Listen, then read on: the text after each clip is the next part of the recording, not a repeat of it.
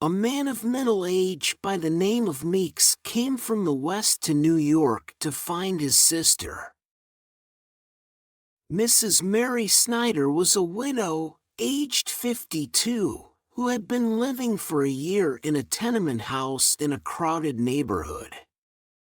At her address, he was told that Mary Snyder had moved away more than a month before. No one could tell him her new address.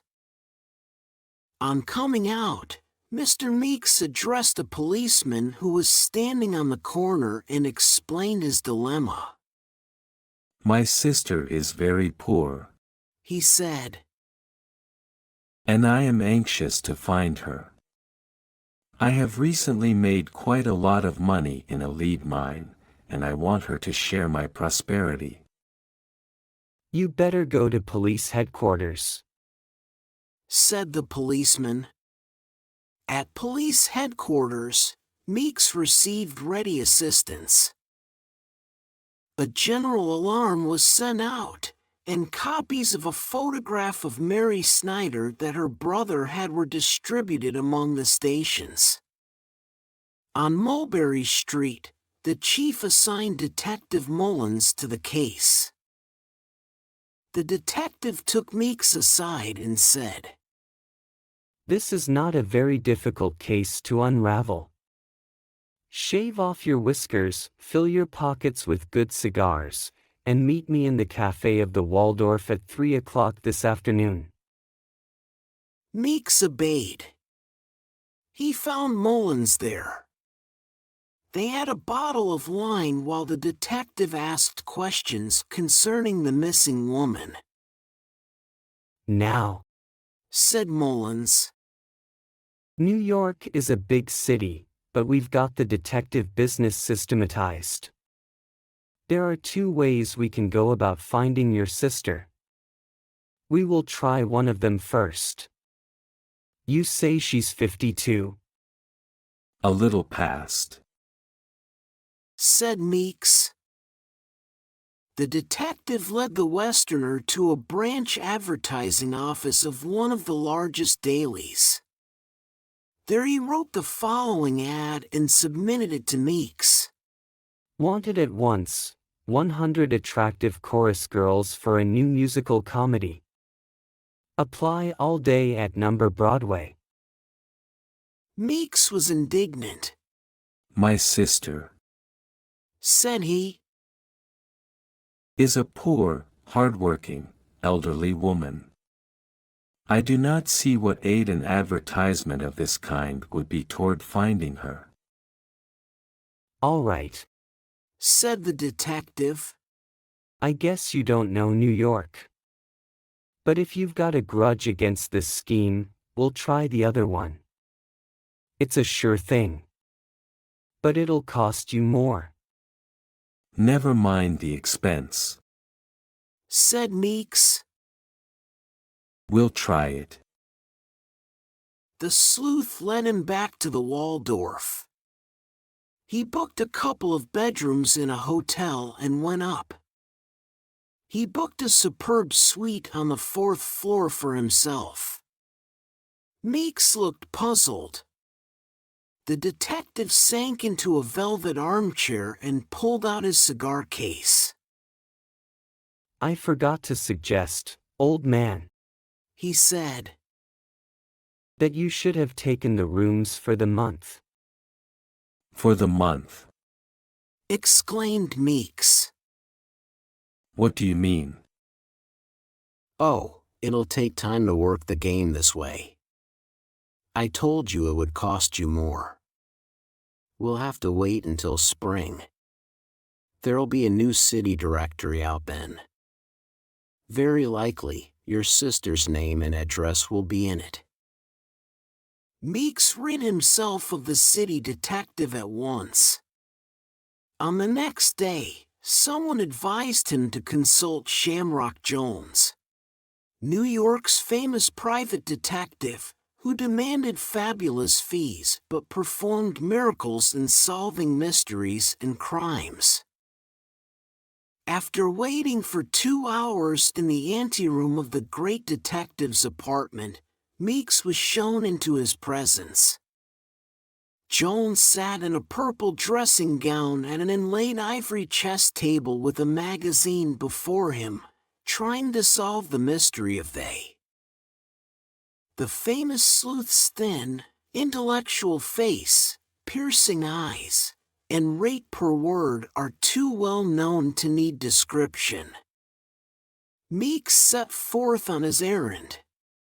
My fee, if successful, will be $500, said Shamrock Jones. Meeks bowed his head in agreement with the price. I will undertake your case, Mr. Meeks, said Jones, finally. The disappearance of people in this city has always been an interesting problem to me. I remember a case that I brought to a successful outcome a year ago. A family bearing the name Clark disappeared suddenly from the small flat in which they were living. I watched the flat building for 2 months for a clue. One day it struck me that a certain milkman and a grocer's boy always walked backward when they carried their wares upstairs. Following out by induction the idea that this observation gave me, I at once located the missing family. Shamrock Jones and his client went to the tenement house where Mary Snyder had lived, and the detective demanded to be shown the room in which she had lived. It had not been occupied by a tenant since her disappearance. The room was small, dingy, and poorly furnished. Meeks seated himself dejectedly on a broken chair while the great detective searched the walls and floor and the few sticks of old, rickety furniture for a clue. At the end of half an hour, Jones had collected a few seemingly unintelligible articles, a cheap black hat pin, a piece torn off a theater program, and the end of a small torn card on which were the words left and the characters C12. Shamrock Jones leaned against the mantel for 10 minutes, his head resting upon his hand and an absorbed look upon his intellectual face. At the end of that time, he exclaimed, with animation, "Come, Mr. Meeks, the problem is solved. I can take you directly to the house where your sister is living. And you may have no fears concerning her welfare, for she is amply provided with funds, for the present at least." Meeks felt joy and wonder in equal proportions. How did you manage it? He asked, with admiration in his tone. Perhaps Jones's only weakness was a professional pride in his wonderful achievements in induction. He was always ready to astound and charm his listeners by describing his methods. By elimination, said Jones, spreading his clues upon a little table. I got rid of certain parts of the city that Mrs. Snyder might have removed. Do you see this hat pin? That eliminates Brooklyn. No woman attempts to board a car at the Brooklyn Bridge without being sure that she carries a hat pin with which to fight her way into a seat. And now I will demonstrate to you that she could not have gone to Harlem. Behind this door are 2 hooks in the wall. On one of these, Mrs. Snyder has hung her bonnet, and on the other, her shawl. You will observe that the bottom of the hanging shawl has gradually made a soiled streak against the plastered wall. The mark is clean cut, proving that there is no fringe on the shawl. Now, Was there ever a case where a middle-aged woman, wearing a shawl, boarded a Harlem train without there being a fringe on the shawl to catch in the gate and delay the passengers behind her? So we eliminate Harlem. Therefore, I conclude that Mrs. Snyder has not moved very far away. On this torn piece of card, you see the word left, the letter C, and the number 12.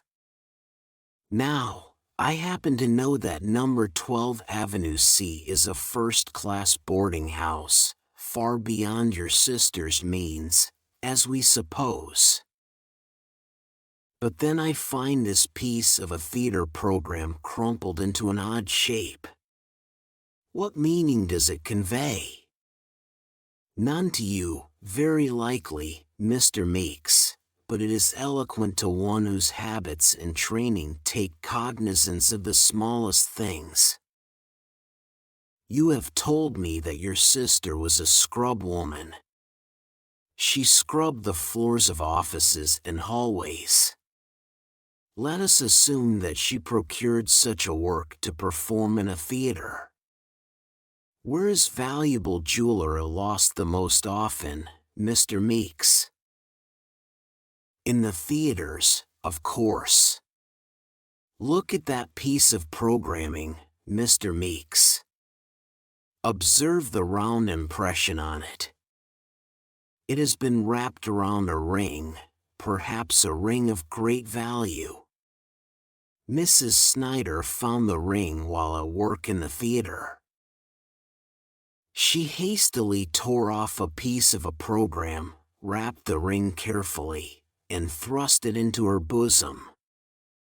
The next day she disposed of it and, with her increased means, looked around for a more comfortable place in which to live. When I reach this far in the chain, I see nothing impossible about number 12 Avenue C. It is there we will find your sister, Mr. Meeks.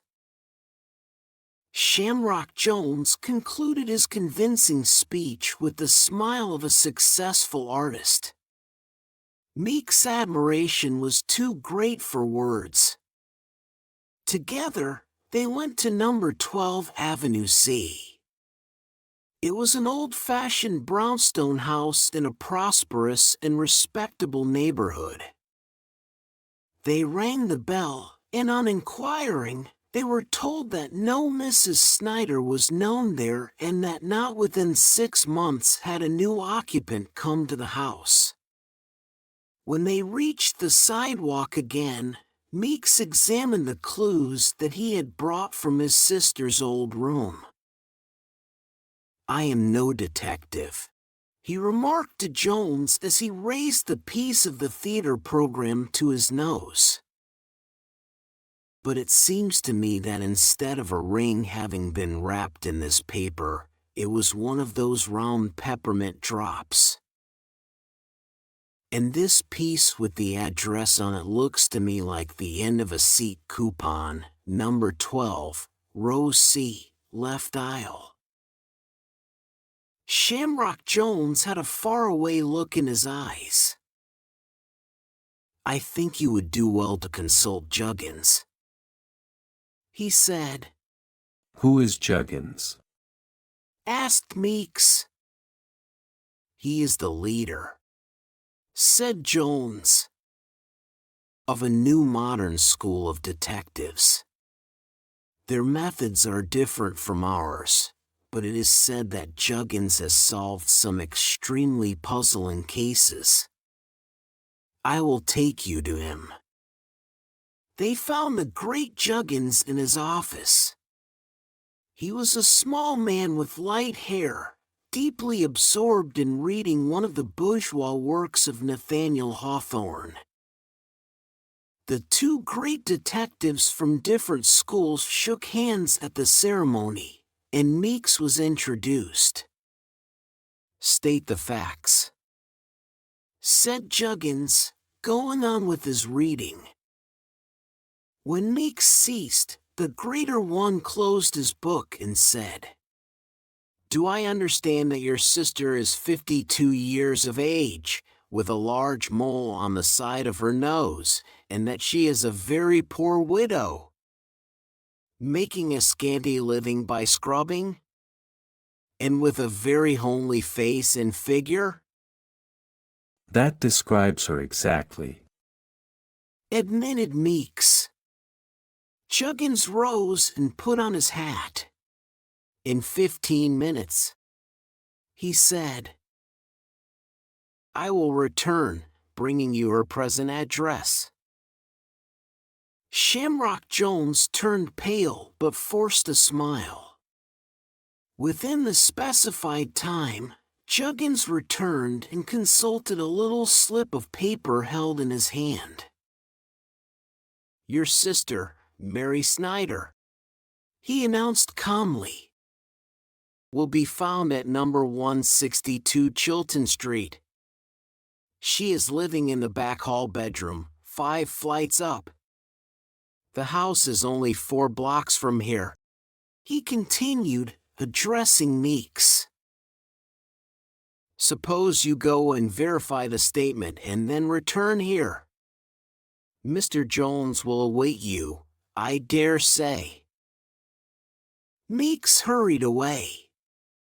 In 20 minutes, he was back again, with a beaming face. She is there and well. He cried. Name your fee.